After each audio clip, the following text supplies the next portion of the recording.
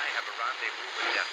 We'll preserve the last best hope of man on earth, or we'll sentence them to take the last step into 1,000 years of darkness. No fear. No political correctness. No wokeism. You're listening to Underground USA.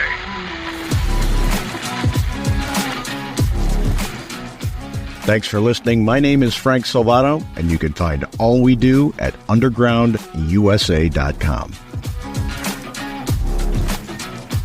As the American people prepare to step back into the light from the darkness cast upon them by the progressive, neo-Marxist minions of the globalist New World Order, we must all be keenly aware that the road back to liberty and freedom won't be an easy one. We'll all have to endure some hardship as we disengage from the claws of an overreaching federal government. But it'll be worth it. The idea that the results of an election can somehow afford immediate solutions to problems and government entanglement that took decades, if not a millennium, to create is the stuff of the naive and the foolish. And while many in our republic have been conditioned to expect instant gratification, enough of us have awakened from the stupor of the mainstream media's disingenuous and false narratives to understand that a radical course correction away from the influences of the New World Order and toward a return to constitutionalism is desperately needed.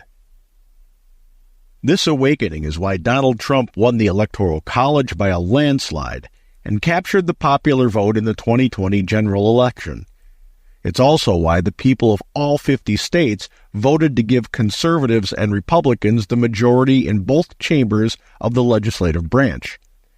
And while the Republican Party goes about disenfranchising the deep state uniparty operatives that exist within its ranks, there are enough people who have been elected to office who understand the depths of the corruption in our federal government and how it is now subservient in its station to the deep state and why both must come to an end. The good news for us all is threefold. First, we've elected a bona fide change agent in Donald Trump and delivered the House and the Senate to him.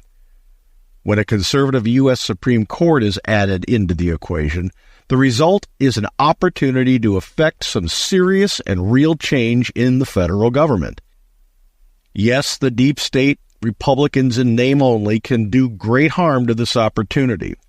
Still, the ideological pendulum has recovered so far to the constitutional swing after 12 years of woke nonsense that even the most opportunistic politician knows the business-as-usual status quo cannot stand. Second, the American people are finally ready to reduce the federal government's footprint in their lives. Having survived the despotism of government overreach during the COVID pandemic and the onslaught of societal restriction that wokeism inflicted upon them, they are starved to be left alone, to embrace a freedom unencumbered by the mandates of government not authorized by the minimalism of the U.S. Constitution.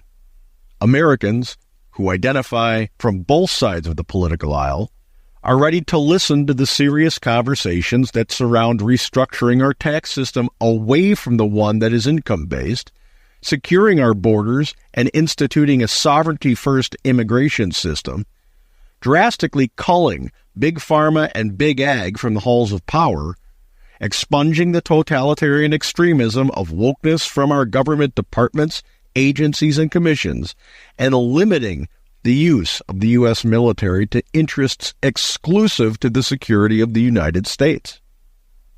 And last but certainly not least, we have a working model proving that disengagement from government overreach and dependency results in a thriving nation and a thriving people. This model comes to us in Javier Milei's Argentina. What Milei has done in Argentina is nothing short of historical. Javier Milei, who became president of Argentina in December of 2023, has implemented a series of reforms based on libertarianism and the disenfranchisement of governmental overreach to alter the country's economic and political landscape. Milei's economic policies have significantly reduced monthly inflation rates. Initially, inflation was extremely high. But by February 2024, it had slowed to 13.2% from 25.5% in December of 2023. By October 2024, it reached a 3-year low of just 2.7%, indicating a cooling of the hyperinflation that Argentina had been experiencing for decades. One of his most significant accomplishments was achieving a fiscal surplus within the first few months of his term, a feat not seen since 2012. This was accomplished by drastically cutting public spending, which included reducing the number of government ministries and firing numerous public sector employees. Milei reduced the size of the government in Argentina by more than 50%, which included reducing the number of ministries from 19 to 9. This was part of his broader policy of minimizing government intervention into the economy. He introduced an omnibus bill aimed at giving him sweeping executive powers, which, although stalled in committee, was indicative of his aggressive approach to reform. His government passed historic reforms through the Chamber of Deputies, including repealing over 300 articles of law, revoking regulations, and promoting the privatization of state-owned entities. And although his plans for dollarization have been delayed, Milei's administration has focused on stabilizing the peso, which has become one of the world's best-performing currencies under his tenure. This was part of his broader economic strategy to control inflation and stabilize the economy. Milei has shifted Argentina's foreign policy away from the neo-Marxism that plagues the governments of Central and South America, notably by not renewing diplomatic relations with Cuba, Nicaragua, and Venezuela. Instead, he's labeled them dictatorships and is seeking closer ties with Western democracies, including pursuing a NATO global partnership. But from the beginning, Milei was open and honest about the fact that, in the short term, some pain would have to be endured. His administration enacted harsh austerity measures, which included lifting price controls, reducing subsidies, particularly for fuel and transport, and cutting public works contracts. While controversial, these measures aimed at reducing government expenditures and tackling inflation. Are these same governmental and societal maladies not shared by the United States in the aftermath of the poisonous rule and influence of the neo-Marxist progressive movement? Despite initial opposition and protests, mostly spurred on by the socialist-leaning elements in Argentine society, credible polls indicate that over 50% of Argentina's people have a positive view of Milei as of late May 2024, indicating a level of public support for and acceptance of his revolutionary reforms. These accomplishments reflect Milei's commitment to his campaign promises of implementing shock therapy economics, reducing state intervention, and promoting free market policies. And Milei's innovative approach to healing his nation hasn't gone unnoticed. Milei became the first foreign leader to meet with President-elect Donald Trump during a visit to Mar-a-Lago for the first ever meeting of the America First Policy Institute. There, he gave a speech that put the World Economic Forum globalists on notice that sovereign nations will not simply become useful idiot cogs in their authoritarian monocratic scheme. I'm very grateful for staying here. I am feeling blessing. I will do my speech in Spanish, but I have a very big and very good interpreter. And then, sorry, but I will speak in Spanish. Todos mis discursos comienzan con hola a todos. Hello everybody. All my speeches start with hello everyone. Muchas gracias. Gracias por hacerme parte de este evento tan importante y por permitirme hablar aquí entre ustedes que son unos verdaderos gigantes. Thank you. Thank you for allowing me to be part of this major event and for giving me the opportunity to speak here among all of you, you who are true giants. Quiero comenzar primero felicitando al presidente electo Donald Trump por su contundente victoria. First, I would like to begin by congratulating President-elect Donald Trump on his resounding victory.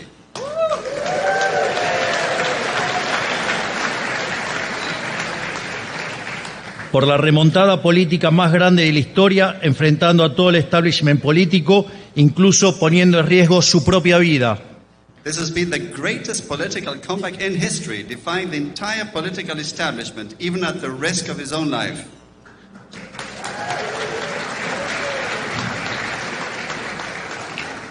Y gracias a ello, hoy el mundo es un mundo mucho mejor, porque hoy soplan vientos de libertad, soplan muchísimo más fuerte.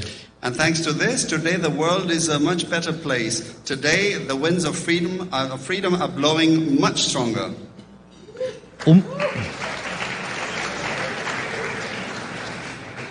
Un verdadero milagro y prueba fehaciente que las fuerzas del cielo están de nuestro lado. A true miracle and proof positive that the forces of heaven are on our side.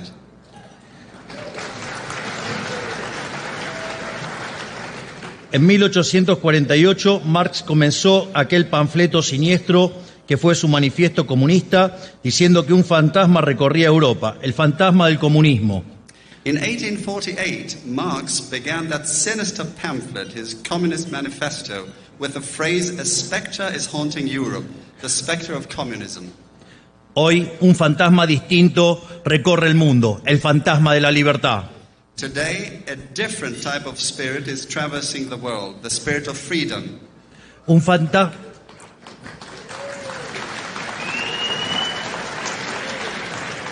Un fantasma que viene a terminar con el modelo de servidumbre que reina en el mundo libre. A spirit that has come to end the model of servitude that reigns in the free world.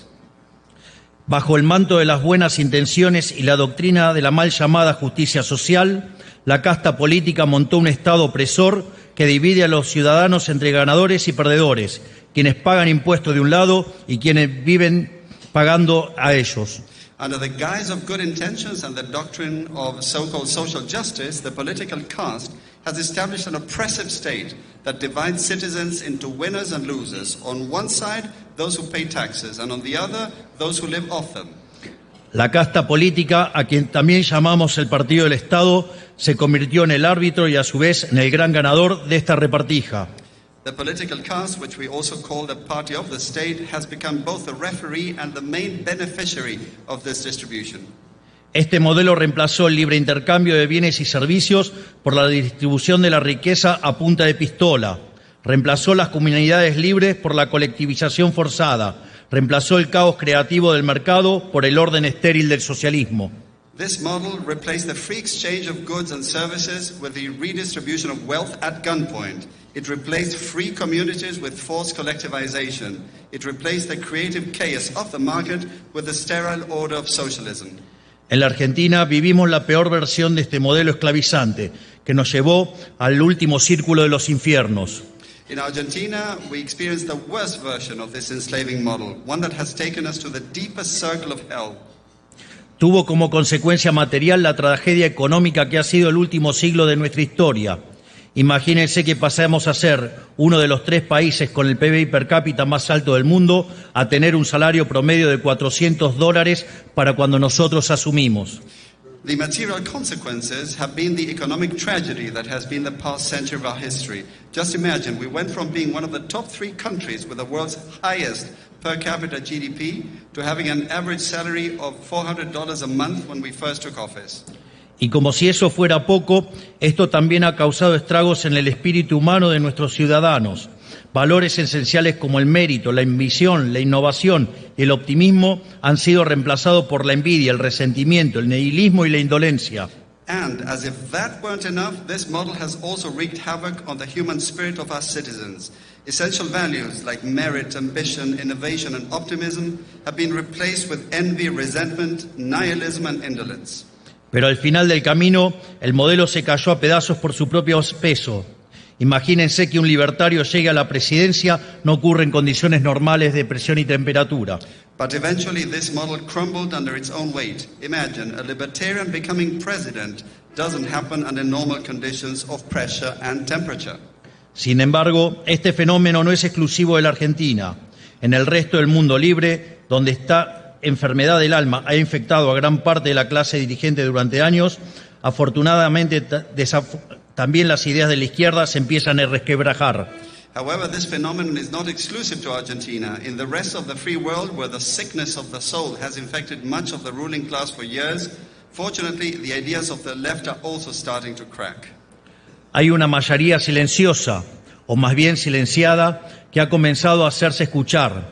A pesar de los enemigos de la libertad, se aferran al poder haciendo uso y abuso de la propaganda, la tergiversación y la censura. Y es por eso que quiero agradecer muy particularmente al gran Elon Musk por su trabajo enorme en X que ha salvado a la humanidad. There is a silent or rather silenced majority that has begun to make itself heard, despite the enemies of freedom clinging to power through propaganda, distortion and censorship. And this is why I would especially like to thank the great Elon Musk for the wonderful job he has been doing to save humanity through communication around the world. Lo que ocurrió en Argentina primero y en esta elección en Estados Unidos ahora es una prueba cabal de ello. And what happened in Argentina first and now in this US election is clear proof of this. Porque en todo el mundo se están formando dos grandes posiciones antagónicas, quienes están avergonzados de los valores de Occidente contra quienes estamos orgullosos de ellos, el partido del Estado contra el partido de los ciudadanos libres, el partido de la regulación contra el partido de la libertad. Because throughout the world, two great opposing positions are forming. Those who are ashamed of Western values versus those of us who are proud of them. The party of the state versus the party of free citizens. The party of regulation versus the party of freedom.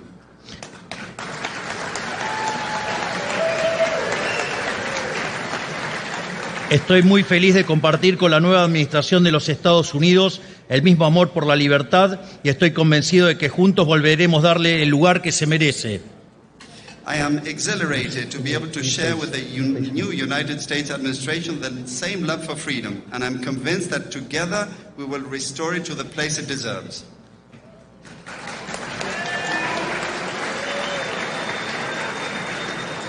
Sin embargo, el camino es cuesta arriba. Poco a poco el antiguo régimen se derrumba por su propio peso, pero el nuevo mundo tarda aún en nacer. However, the road ahead is steep. Slowly but surely, the old regime is collapsing under its own weight. But the new world is still taking its time to be born. Porque la casta política, el establishment, el pantano o como quieran llamarlo, controlan la mayoría de los medios, las cátedras universitarias, la burocracia estatal, los sindicatos, las organizaciones sociales, las organizaciones supranacionales y también muchas fundaciones, eso que los marxistas llamaban superestructura y que para nosotros es una catedral de la miseria material y espiritual.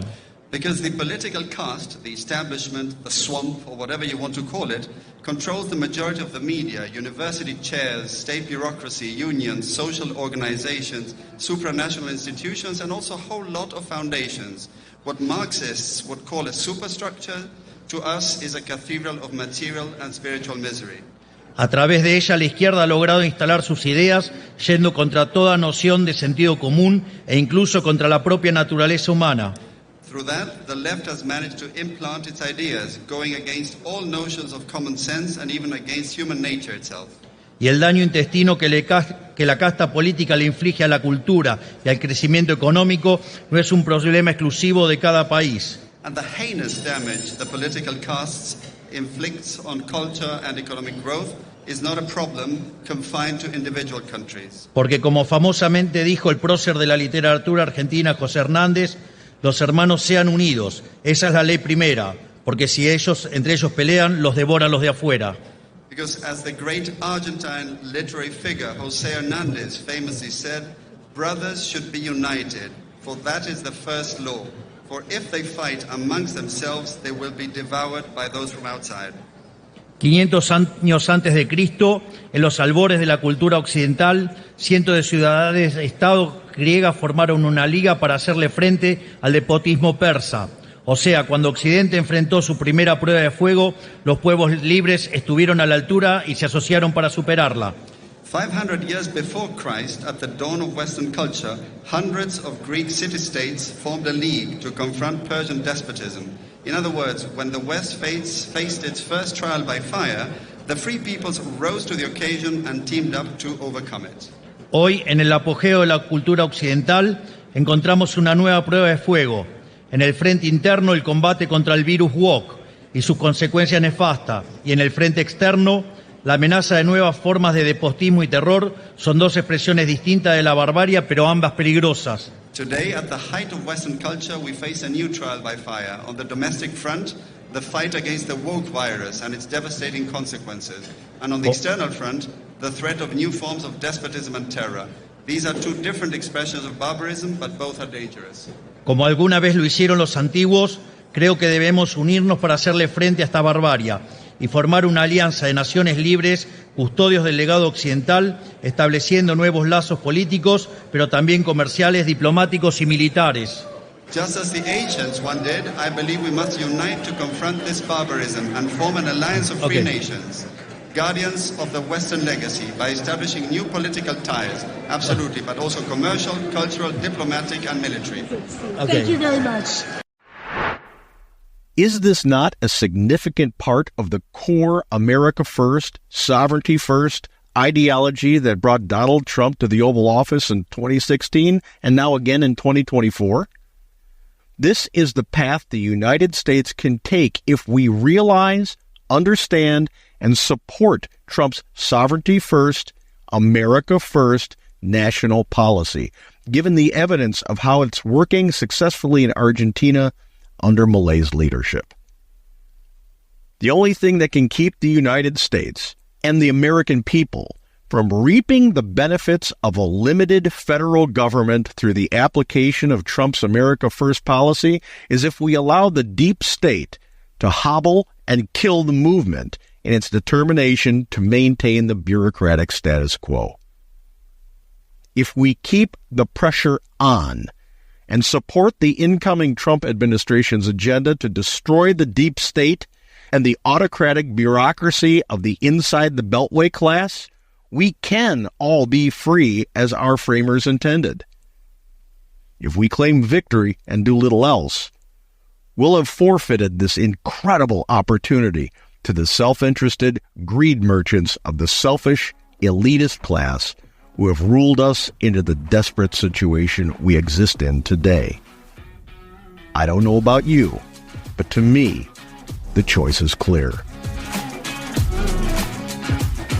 When we come back, our segment on America's Third Watch, broadcast nationally from our flagship station, WGUL, AM 930 and FM 93.7 in Tampa, Florida. You're listening to Underground USA. Our federal government has been co-opted by the globalist sycophants of the deep state bureaucracy. At every turn, this bureaucracy expands its power over both the American people and the states in which they live.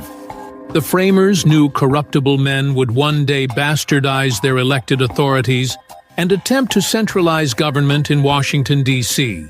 That's why they gave us the 9th and 10th Amendments.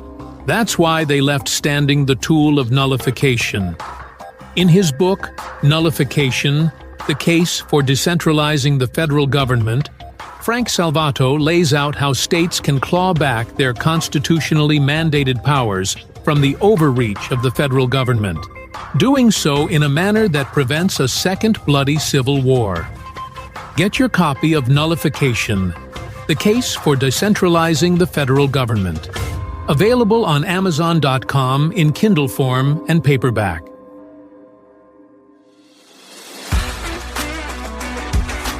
News, insight, passion. AM 930, The Answer.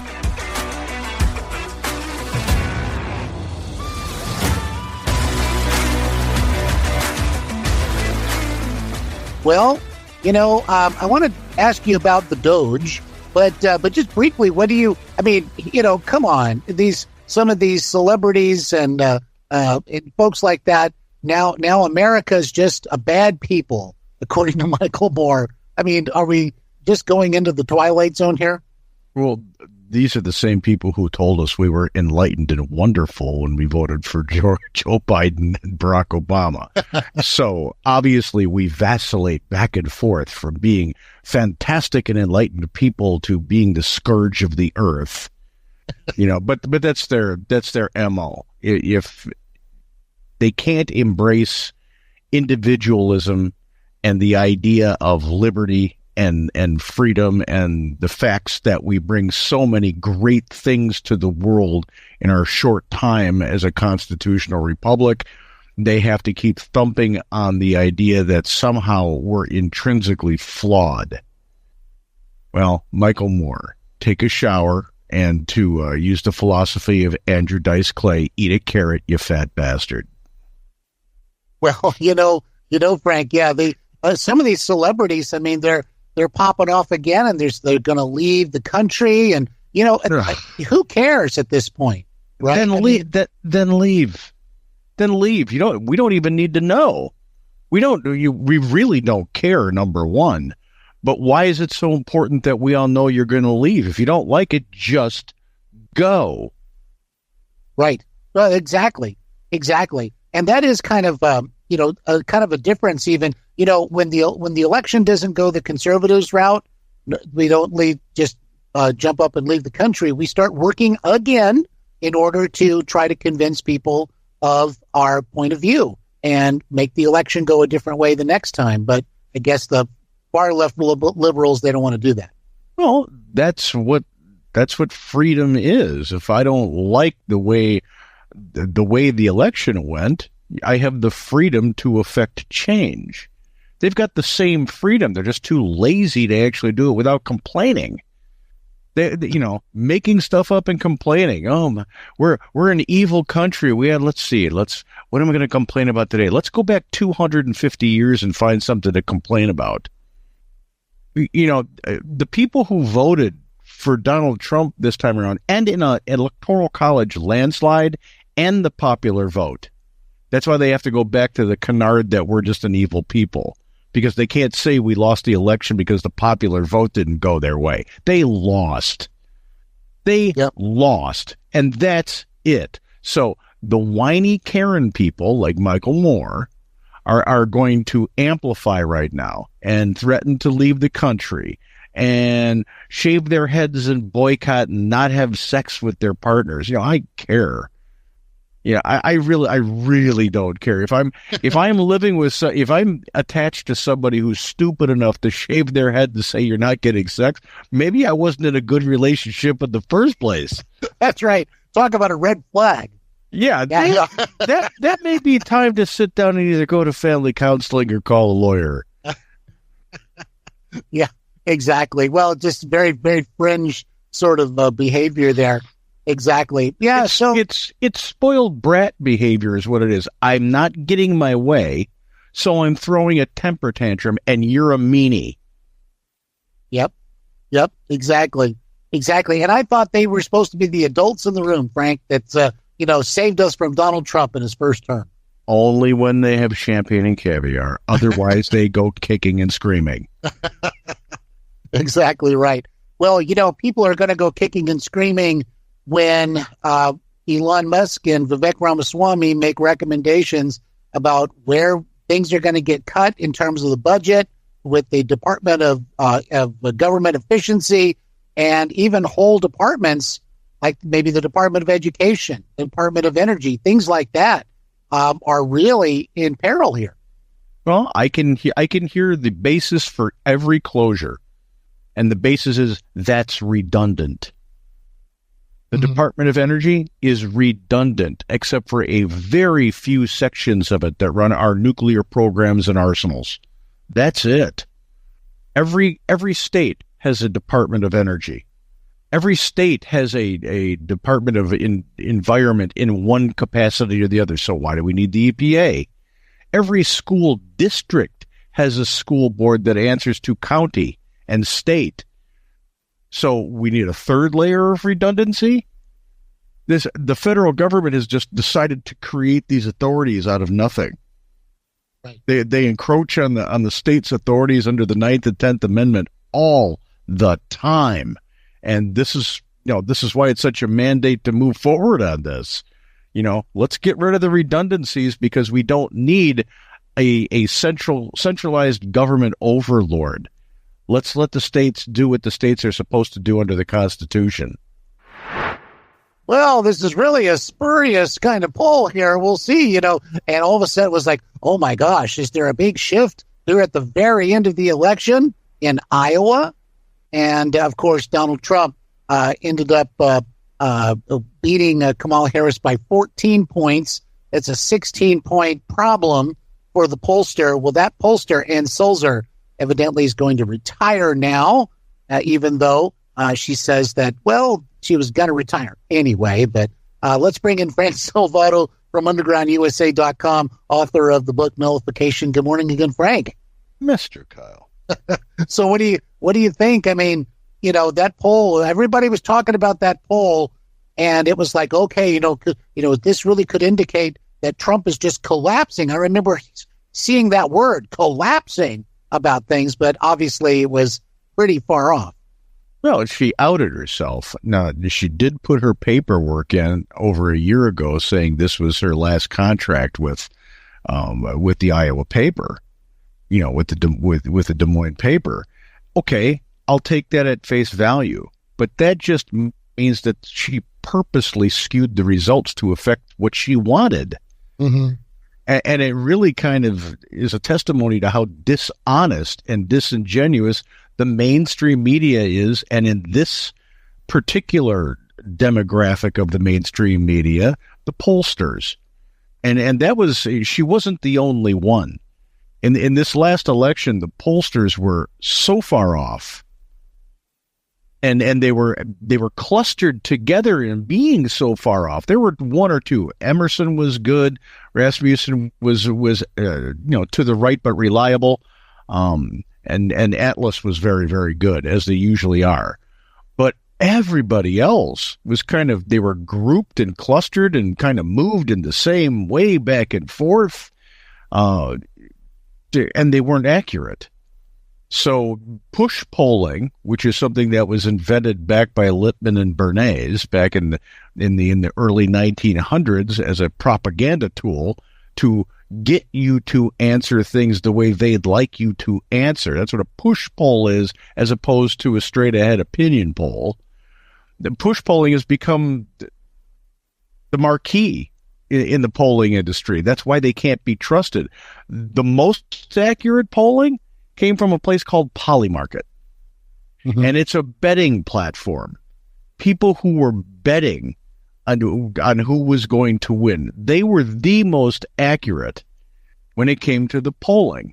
Imagine that. And then what happened to the CEO of Polymarket right after the election? The FBI raided his home, and they won't tell him why. Interesting. Yeah, it's so, not only do we have proof that the pollsters are full of it, we've got just a doubling down of the FBI being weaponized, and to go so far as to go after a pollster who happened to be correct. Wow, indeed. Well, I tell you what, Frank, we've also seen a major, some would say it's major, but some would also say we've already seen something akin to this. But the big news headline over the last 24 hours has been that the Biden administration is now going to take the ban off of Ukraine using U.S. arms if they want to make strikes deep into Russian territory, into Russia proper. How do you think this is going to affect, just not only the war, but the dynamics of the incoming Trump administration, who's going to try to end this war, evidently? Well, it's absolutely an escalation, and it's irresponsible. I know they're saying it's in response to North Korea putting their troops in certain areas at Russia's disposal, but giving Ukraine the capability to launch into Russia proper is, by definition, an escalation.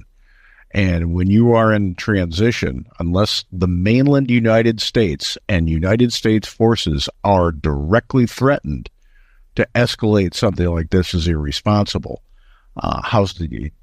If this is a political move in order to complicate Trump's entry into the White House in January, then it's vindictive. It's a vindictive move by the Biden administration and the far left, who won't be in control of this. We're seeing that, they're giving as much money away through the State Department to various things as humanly possible before they leave to try to forward fund things going into the Trump administration. I don't think that's going to bear out. I think a lot of things are come to a screeching halt in January. But this one is a little bit more serious because, if Putin gets up in the morning and he decides that this is BS, he's got the ability to retaliate in a significant way, so we feel it. Right. And that's not a good thing. No, it's not. And certainly, as you mentioned, in the transition, see, I remember even back when there was some issues, I think, between the George H.W. administration and Bill Clinton.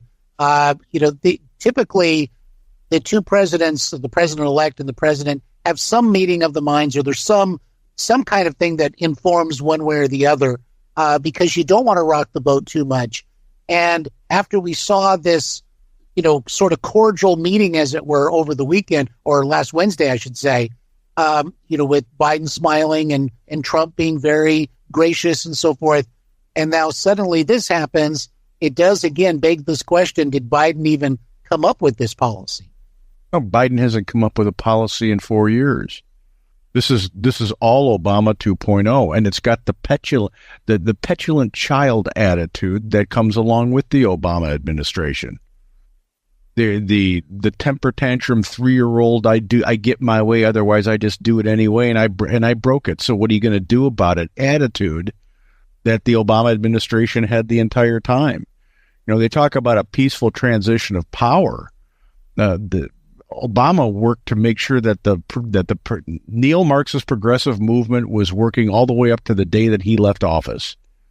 Normally, an outgoing president reserves the last days of his administration to weigh pardons and to figure out how to smoothly transition. The Obama administration did not do that.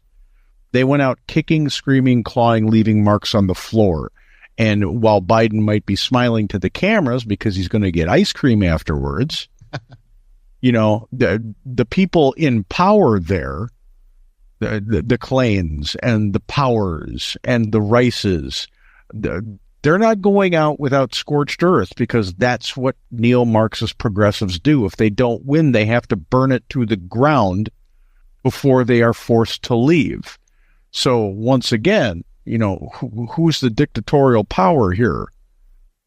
Trump is coming into office wanting a peaceful transition of power, something that's always been afforded every president but him, by the way. And these people are just setting things on fire as they're leaving. Remember, it was something as childish as taking all the W's off of the keyboards in the White House. I remember when the Clinton regime was leaving the White House. But they have to do something that's just obnoxious. And this obnoxious move can have very lethal consequences. Oh, yeah, because Putin, he could probably make this argument now, but certainly, or could have made it before this decision, but certainly now, because, he can say, well, the United States is really participating in this, and he could use it as a pretext to retaliate. Like you were saying, he can retaliate in very significant ways. And I'm not saying to be scaredy cats of Putin, but this kind of thing is complex or complicating for the incoming administration, especially knowing that Trump will try to do everything possible to get this war to come to an end. And the Biden administration has just been letting this thing just kind of go on and on and on. And there's a lot of money involved.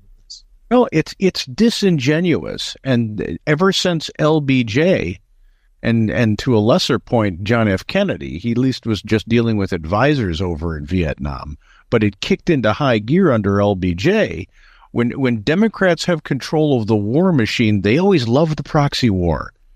Oh, we're not there, but we're just giving all of our equipment and all of our money to the other people so they could fight it.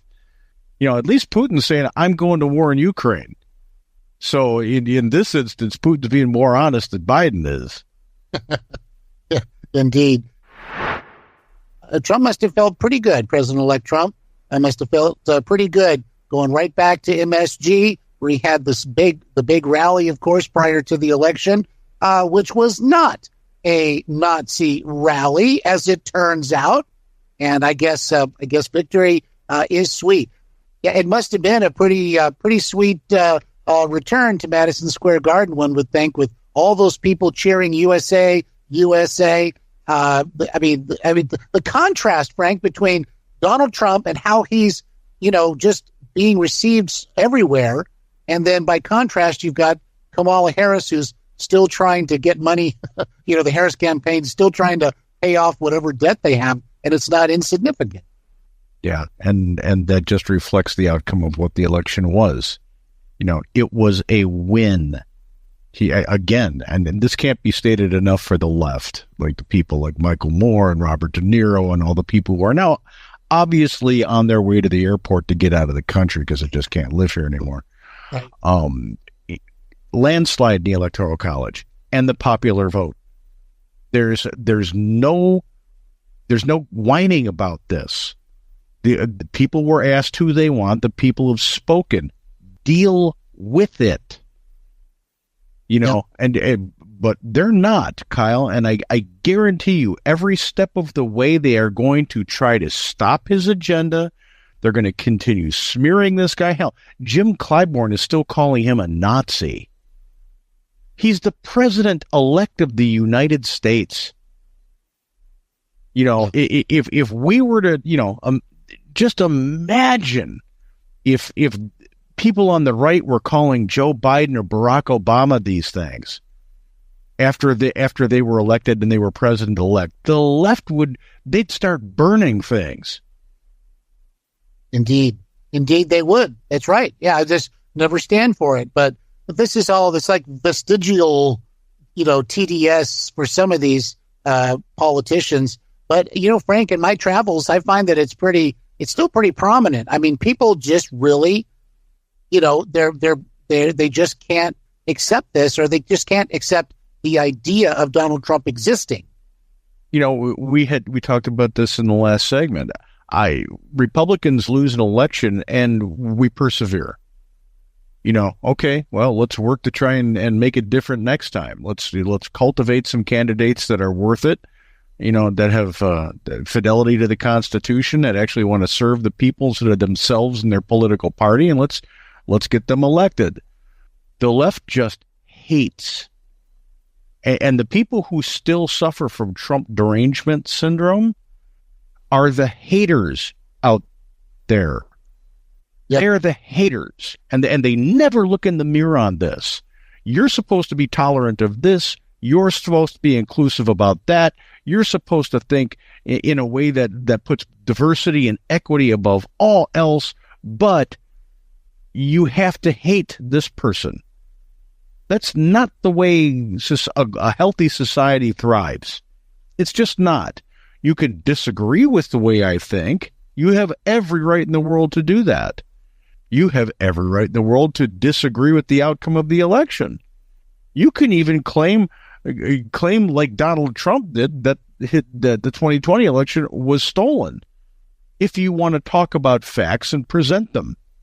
And right now, when you're looking at, 16 or 21 million votes that just miraculously disappeared between 2020 and 2024, your argument sitting down talking to me is you've got a little bit more ammunition. But just to say you shouldn't win because we hate him,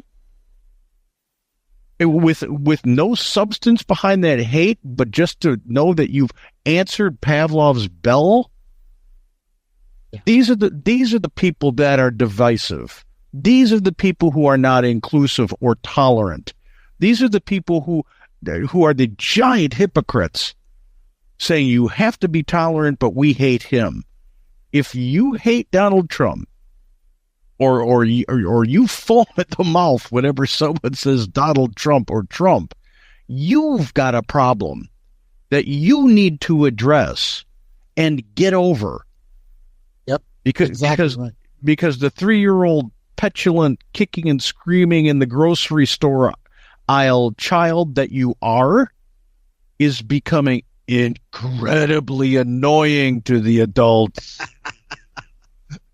Absolutely. Well said. Well, I'll tell you what, Frank, would you like to take a quick phone call this morning? You bet. Okay, here we go. We got Mary giving us a call from St. Pete. Good morning, Mary. You're on with Frank Silvato. Good morning. Yes, I would just like to say thank you to these Buckhead people up in Pennsylvania for still counting votes up there.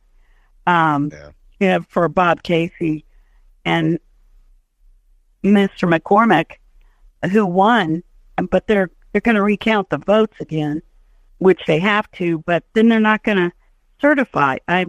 Is Pennsylvania going to run the rest of the country on the voting?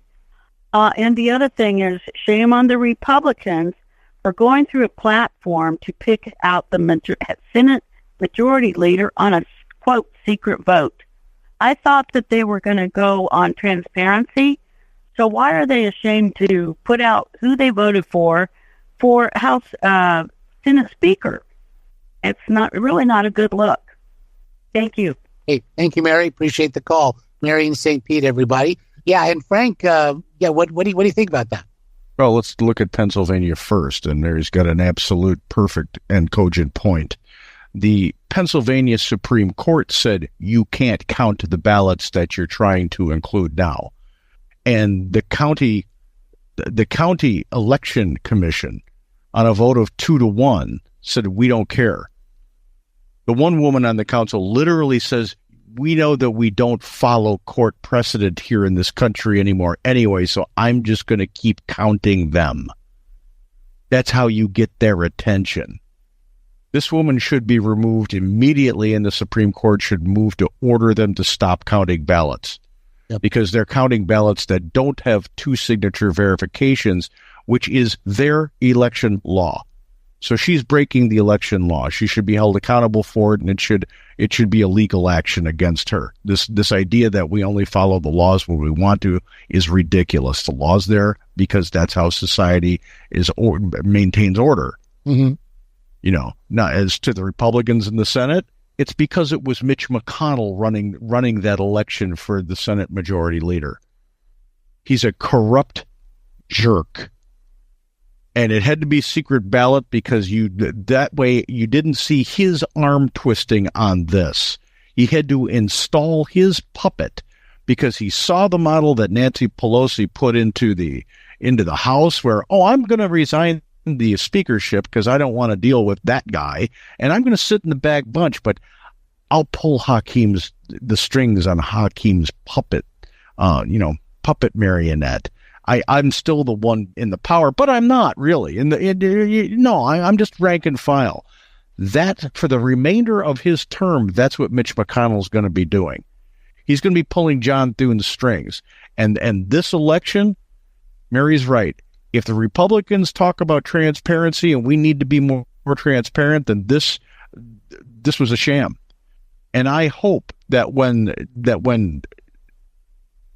J.D. Vance sits down as president pro tem of the Senate and the titular head of the Republicans in the Senate, once he's sworn in, that he muscles through a re-election of who leadership should be. Right. Because this McConnell era of poison that has happened to the Republican Party, the injection of the Uniparty, and that's exactly what he is. He's one of the two people who leads the Uniparty in the Senate, him and Chuck Schumer. They're cut from the same cloth, and we can't be rid of Mitch McConnell fast enough. Yeah. Well, I think, Frank, you had even commented, I think, before on this notion of having that leadership election on this side of the new term. Yeah, why should the old Senate be the ones electing the leadership for the new Senate? Exactly. We listen to what the senators-elect have to say. Yeah, really? Then wait until after they're sworn in and then have your vote. Exactly right. It makes sense to me, Frank. You're listening to Underground USA. They're funding abortions, demanding Americans comply with their woke climate agenda. They teach people that the U.S. is a system of white supremacy while stripping away your Second Amendment rights. A California Democrat? No. It's Bank of America under CEO Brian Moynihan. There's enough people pushing political agendas in America. Your bank shouldn't be one of them. Bank of America. Their lies start with their name.